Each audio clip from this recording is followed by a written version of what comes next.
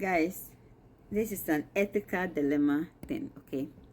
I saw this, a friend of mine sent me this, and it reads, an 18-year-old female arrives in the emergency room with severe blood loss due to injuries she sustained in a car accident.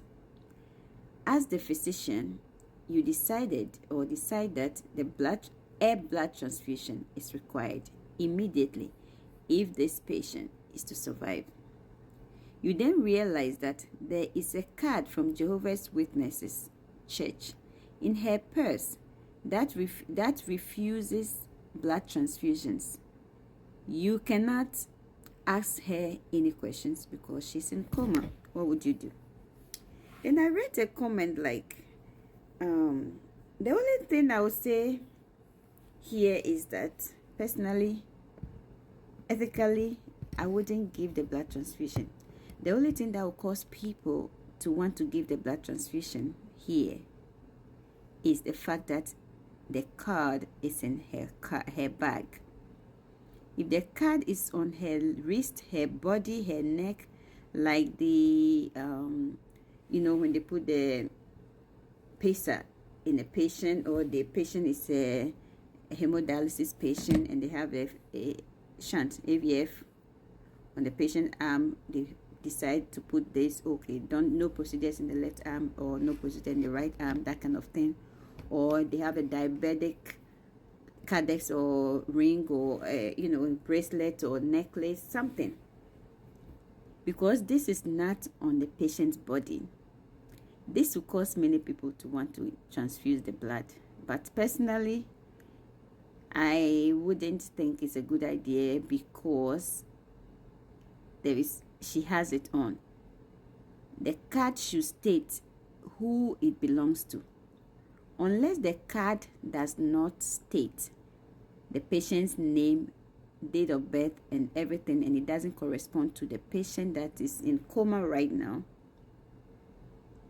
then, but if the card specified the person that it belongs to, the person's name, the person's date of birth, the identifiers are there, you dare not give that blood transfusion. The person can sue you if you revive them and they wake up. Yeah. Listen, I'm reading this comment, and the person said,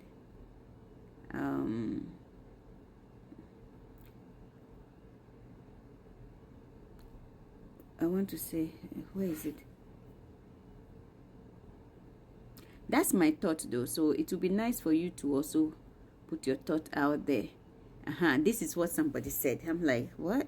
The person said, finding a card doesn't mean anything, girl. It means a lot.